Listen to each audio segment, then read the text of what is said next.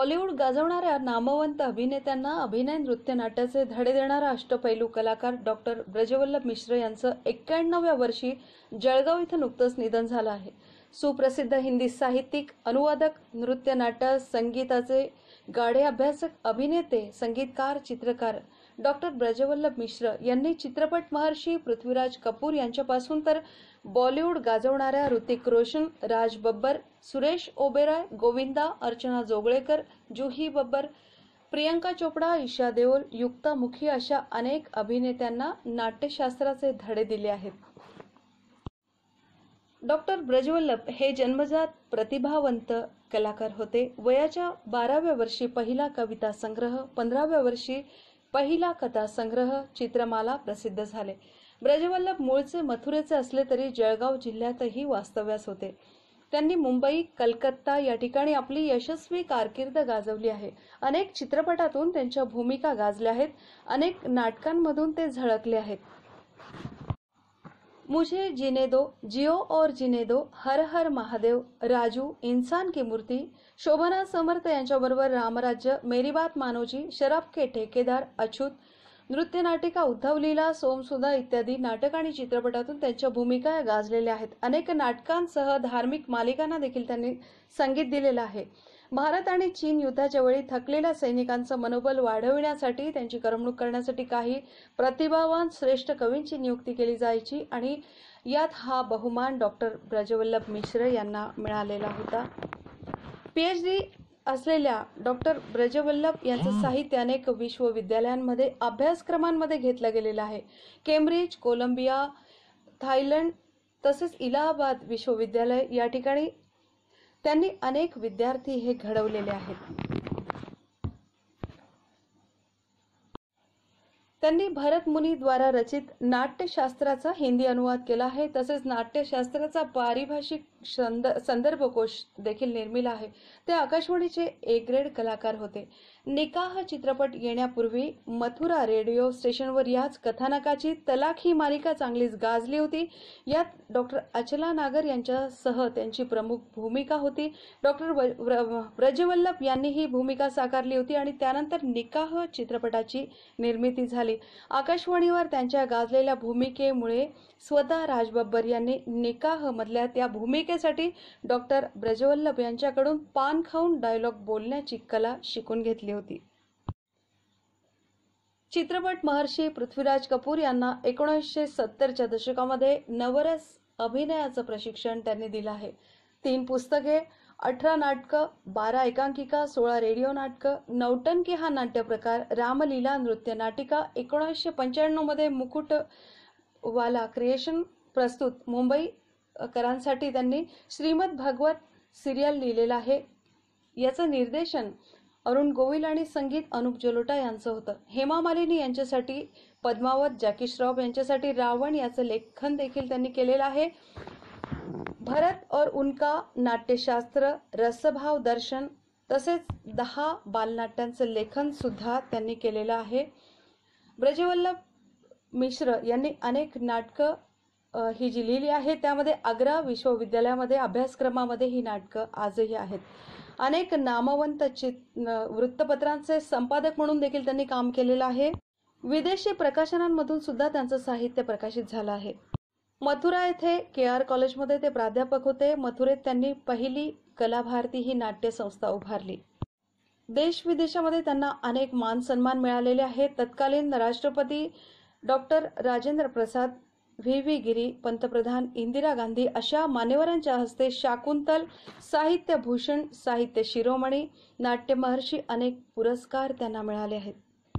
मात्र कला क्षेत्रातलं एवढं मोठं योगदान असून सुद्धा, पद्मश्री पुरस्काराचे ते मानकरी असून सुद्धा सरकारने हा सन्मान त्यांना दिला नाही, याची खंत त्यांच्या चाहत्यांनी आज व्यक्त केली आहे। इस सिलसिले में मैं जब 2003 में मथुरा गई थी तब गुरुजी से मेरी पहली मुलाकात हुई। गुरुजी ने उस समय मुझे बहुत सारा प्रोत्साहन भी दिया और मार्गदर्शन भी किया। मथुरा शिल्प और वहाँ के जो म्यूजियम है, उस म्यूजियम में जो मूर्तियाँ हैं, उन मूर्तियों के बारे में उन्होंने मुझे काफ़ी जानकारी दी और नृत्य से उनका रिलेशन क्या है ये भी बताया। उनके इस मार्गदर्शन के कारण मुझे मेरी जो कुछ प्रश्न थे वो काफ़ी सुलझ गए और मुझे मेरे काम में सहूलियत निर्माण हो गई। उसके बाद मैंने आगे चल के कथक नृत्य और प्राचीन मूर्ति शिल्पों पे कथक आदि कथक ये किताब भी लिखी। उसमें मेरा जो काम है वो देख के गुरुजी ने मुझे उसका प्राकथन भी दिया और उसमें उससे मुझे बहुत प्रोत्साहन मिल गया और मेरा काम भी अच्छी तरह से हो गया। मैं गुरुजी के ये जो मार्गदर्शन है वो कभी भूल नहीं सकती। मैं वल्लभ मिश्र ने जीवन के प्रारंभिक काल में अभावों का जीवन जिया था, किंतु उनकी जन्मजात प्रतिभा मुखरित होती रही। उनके साथ मेरे अनेकानेक प्रेरणास्पद संस्मरण हैं। पिछले कुछ समय से वो शारीरिक अस्वस्थता और ब्रज से दूर पहुंच जाने के कारण व्यथित और चिंतित रहते थे। उन्होंने हाल ही में मुझे एक पत्र लिखा था जिसमें लिखा था, कहाँ गए वे मस्ती के दिन, कर्म साधना के पथ पर बढ़ते हुए चरण, रचनात्मकता का रचता हुआ इतिहास लगता है हमसे रूठ गया है।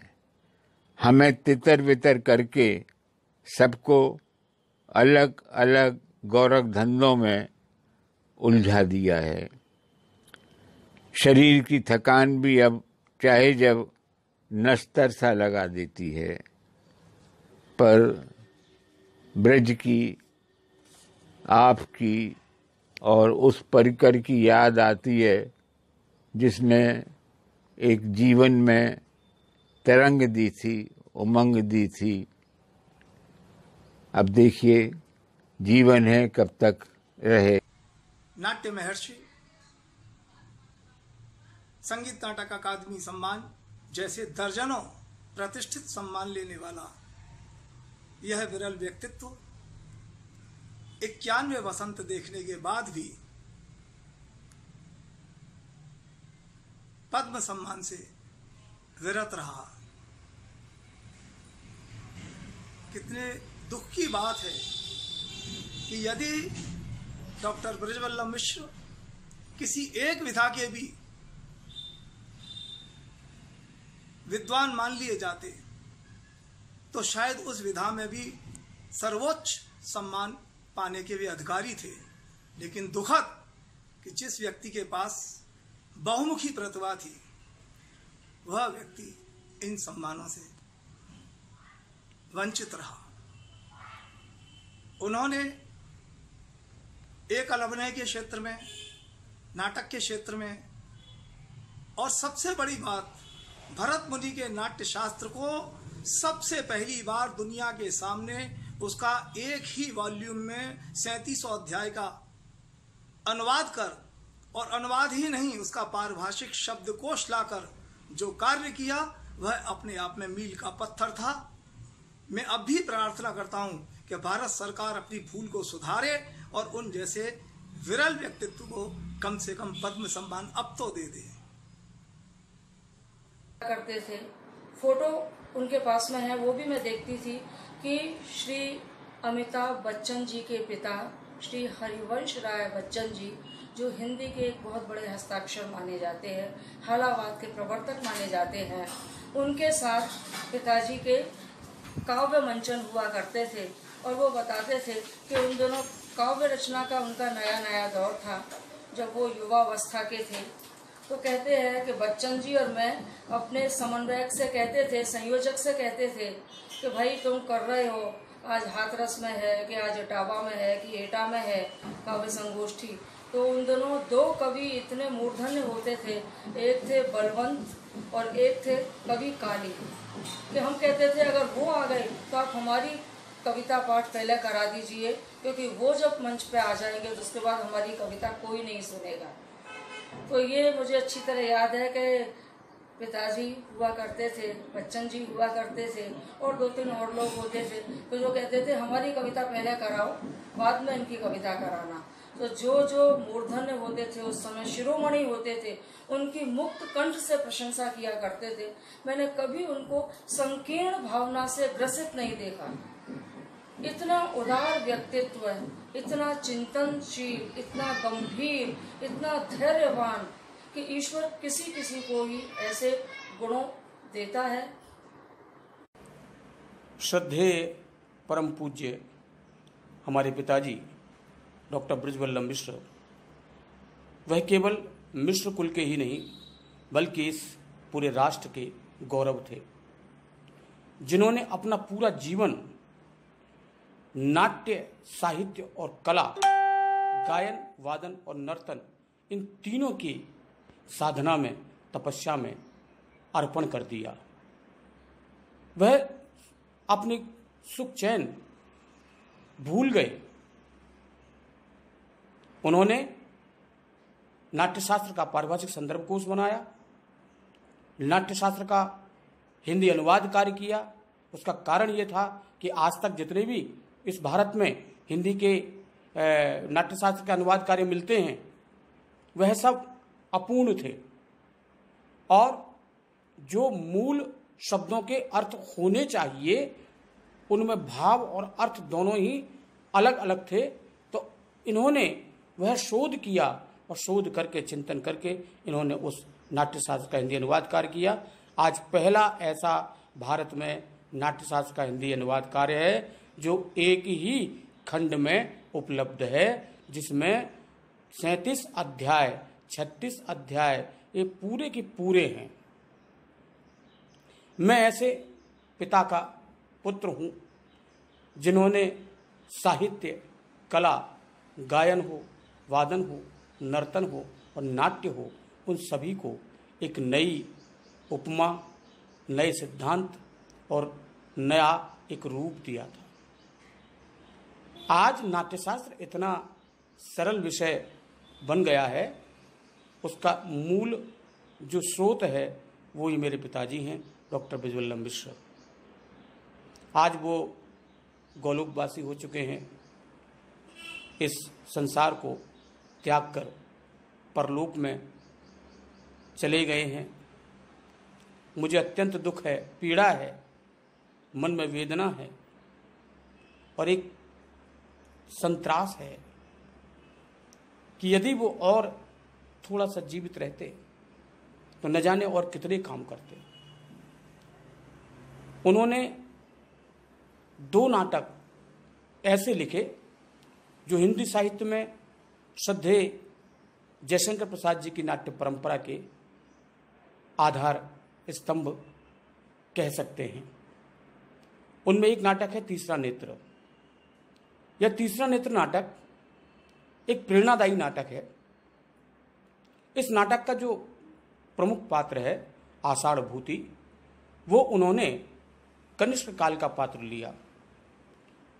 मथुरा राजकीय संग्रहालय में जब ये शोध कार्य कर रहे थे तब इन्हें उनके कुछ प्रमाण मिले और उन प्रमाणों से प्रेरित होकर इन्होंने सोचा कि मुझे इन पर एक नाटक लिखना चाहिए।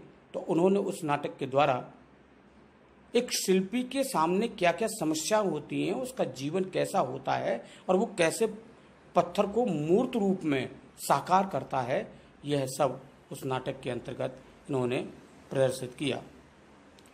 इसी प्रकार दूसरा एक और नाटक है इनका विश्ववेदना। विश्ववेदना में इन्होंने दिव्यांग की समस्या को प्रमुख रूप से आधार बनाया और वह नाटक भी बहुत ही उच्च कोटि का लिखा। तीसरा नेत्र नाटक तो मैं बोलूं तो उसमें इतना कठिन है कि जो पढ़ाते हैं हिंदी वाले उन लोगों को, क्योंकि उसमें संस्कृत के क्लिष्ट शब्द हैं, तो उन लोगों को शब्दकोश का अध्ययन करना पड़ता है, छानने पड़ते हैं शब्द, ढूंढने पड़ते हैं और फिर भी उनके अर्थ नहीं मिलते हैं तो परेशान हो जाते हैं। ऐसा सुंदर उच्च कोटि का संस्कृतनिष्ठ परिनिष्ठित भाषा का ये नाटक तीसरे अंतर उन्होंने लिखा।